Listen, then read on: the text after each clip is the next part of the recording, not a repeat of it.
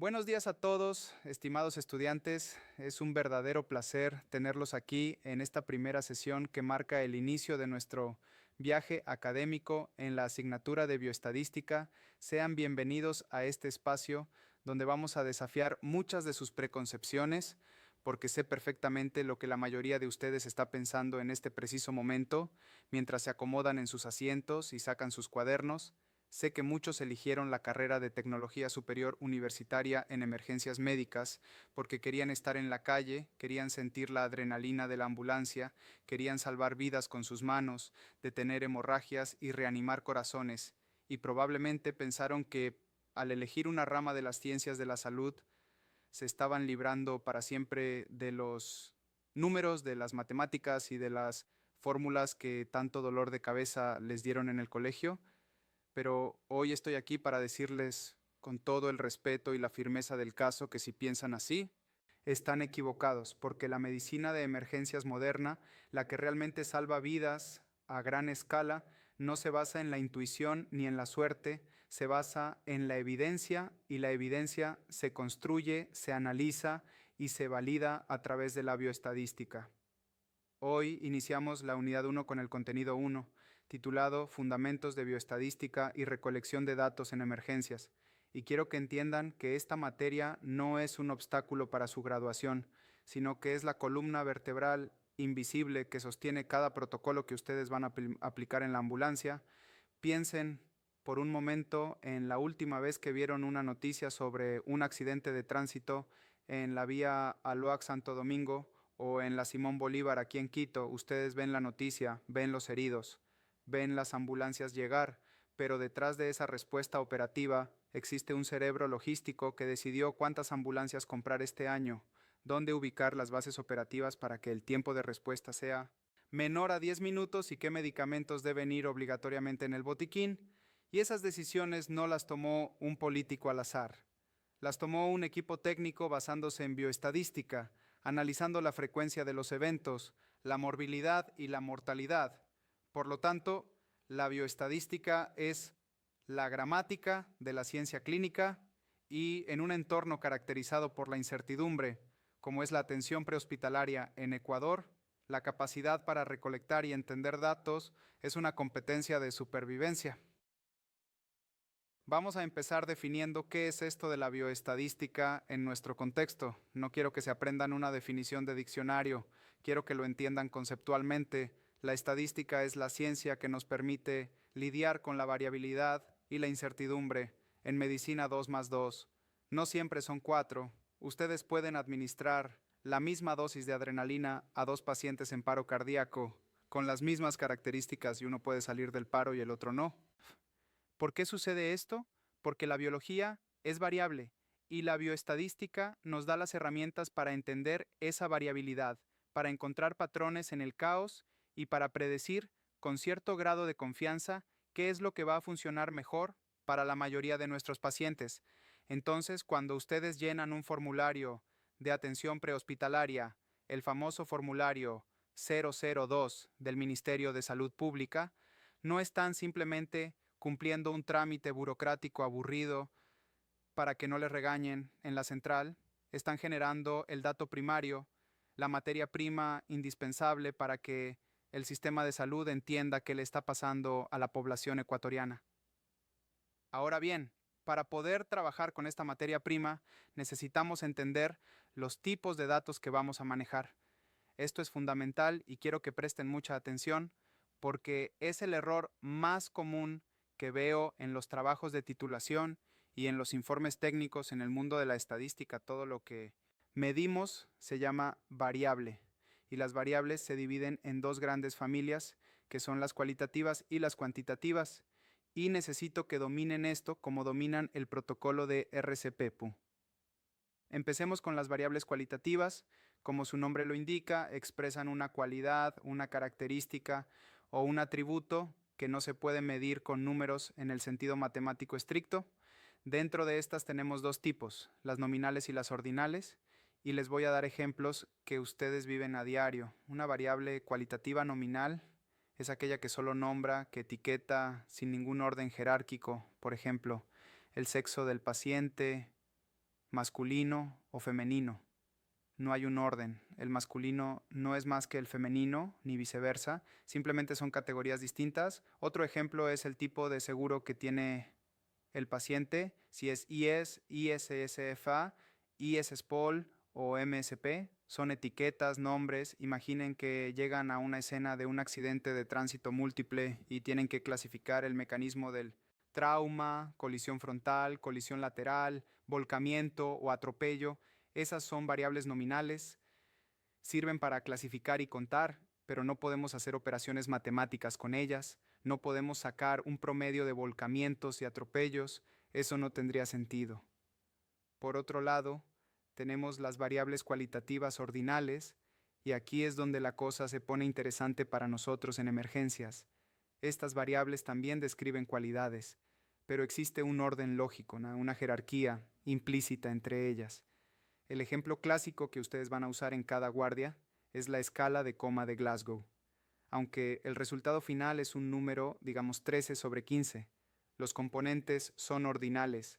La respuesta ocular se mide en grados, espontánea es mejor que a la orden verbal, y a la orden verbal es mejor que al dolor.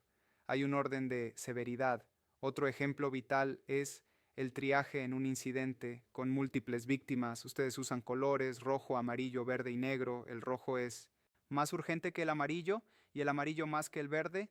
Hay un orden, una jerarquía que determina quién se sube primero a la ambulancia, pero ojo, y este es un concepto clave, la distancia entre las categorías no es necesariamente igual. La diferencia clínica entre un paciente rojo y uno amarillo no es matemáticamente cuantificable, de la misma manera que la diferencia entre 2 kilos y 4 kilos. Simplemente sabemos que uno es más grave que el otro. Pasemos ahora a la segunda gran familia, las variables cuantitativas. Estas son las que se expresan con números reales y con las que podemos hacer operaciones aritméticas complejas. Aquí también tenemos dos subdivisiones que deben tener clarísimas, las discretas y las continuas. Las variables cuantitativas discretas son aquellas que asumen valores enteros. Generalmente resultan de un proceso de conteo y no pueden fraccionarse, por ejemplo, el número de hijos que tiene una paciente obstétrica que están atendiendo en una ambulancia en Guamaní. Una mujer puede tener 2 hijos o 3 hijos, pero no puede tener 2 hijos y medio. Eso es biológicamente imposible. Otro ejemplo es el número de ambulancias disponibles en la base norte del EQU 911. Hay 5 o hay 6, no hay 5.4 ambulancias, son saltos enteros. En cambio, las variables cuantitativas continuas son aquellas que pueden tomar cualquier valor dentro de un rango, incluyendo decimales, y resultan de un proceso de medición. Aquí es donde entran la mayoría de sus signos vitales y parámetros fisiológicos. La temperatura corporal es el ejemplo perfecto. Un paciente puede tener 37 grados o 37.5 o 37.54 si tenemos un termómetro lo suficientemente preciso, la presión arterial, la glucosa en sangre, la saturación de oxígeno, el tiempo de respuesta de la ambulancia desde que sale de la base hasta que llega a la escena. Todas estas son variables continuas porque el tiempo fluye y se puede dividir infinitamente. ¿Por qué les insisto tanto en esta clasificación? Porque el tipo de variable determina qué prueba estadística pueden usar y qué conclusiones pueden sacar. Si ustedes confunden una variable ordinal con una cuantitativa, van a cometer errores graves en el análisis. Por ejemplo, es muy común ver que alguien quiere sacar el promedio del código postal o el promedio de las cédulas de identidad. Eso es absurdo, porque la cédula es una variable nominal, es un identificador, no una cantidad. En cambio, sí es vital sacar el promedio de los tiempos de respuesta para saber si estamos cumpliendo con los estándares internacionales de calidad en la atención prehospitalaria. Ahora, quiero llevarlos al terreno de la recolección de datos, que es la otra mitad del contenido de hoy, en Ecuador. La recolección de datos en emergencias es un desafío titánico debido a nuestra geografía y a la fragmentación del sistema de salud. Ustedes saben que tenemos la costa, la sierra, la Amazonía y la región. Y insular y recolectar datos en el Hospital Eugenio Espejo de Quito no es lo mismo que recolectar datos en una comunidad shuar en Morona, Santiago, a la que solo se accede por vía fluvial o aérea. Sin embargo, el principio científico debe ser el mismo. La calidad del dato. Hay un dicho en estadística que dice, basura entra, basura sale. Si ustedes, como profesionales en la escena, recolectan mal el dato, si inventan la presión arterial porque les dio pereza poner el brazalete, si estiman la hora de llegada al ojo, en lugar de mirar el reloj, todo el análisis posterior que haga el Ministerio de Salud Pública, los epidemiólogos y los gerentes de hospitales, estará viciado, estará basado en mentiras, y las decisiones que se tomen afectarán negativamente a la población. Imaginen este escenario. Hay una curva peligrosa en la vía a Papayacta, donde ocurren accidentes frecuentemente. Si cada vez que ustedes van a atender un accidente allí, en el informe ponen trauma por accidente de tránsito, pero no especifican la ubicación exacta mediante georreferenciación o coordenadas GPS, o si omiten detallar que la calzada estaba mojada o que había neblina, el sistema de datos nunca va a detectar que ese punto específico es un punto negro de alta siniestralidad y por lo tanto no se pondrá señalética, no se mejorará el asfalto y no se asignará una unidad de preventa en esa zona. Su negligencia al recolectar el dato completo contribuye a que sigan ocurriendo accidentes en ese lugar. ¿Ven la responsabilidad ética que tienen? El formulario que llenan no es para el archivo, es para salvar al siguiente paciente que pase por ahí. En la recolección de datos tenemos fuentes primarias y secundarias. La fuente primaria son ustedes, es la observación directa, es el paramédico tomando el pulso, midiendo la glucosa, interrogando a la familia en la sala de la casa mientras el paciente está infartándose. Esa es la fuente más valiosa porque es la verdad del momento. La fuente secundaria son los registros que ya existen, como las historias clínicas anteriores del paciente, los censos del INC para saber la población de una zona, o los registros administrativos del SU 911. Ustedes deben aprender a triangular esta información, por ejemplo, si el paciente les dice que no es hipertenso, fuente primaria, pero ustedes encuentran en su velador una caja de enalapril, evidencia física, y en el sistema del ISS aparece con diagnóstico de HTA, fuente secundaria.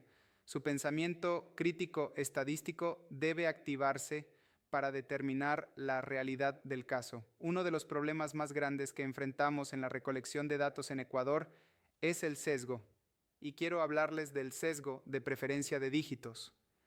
Esto pasa todo el tiempo.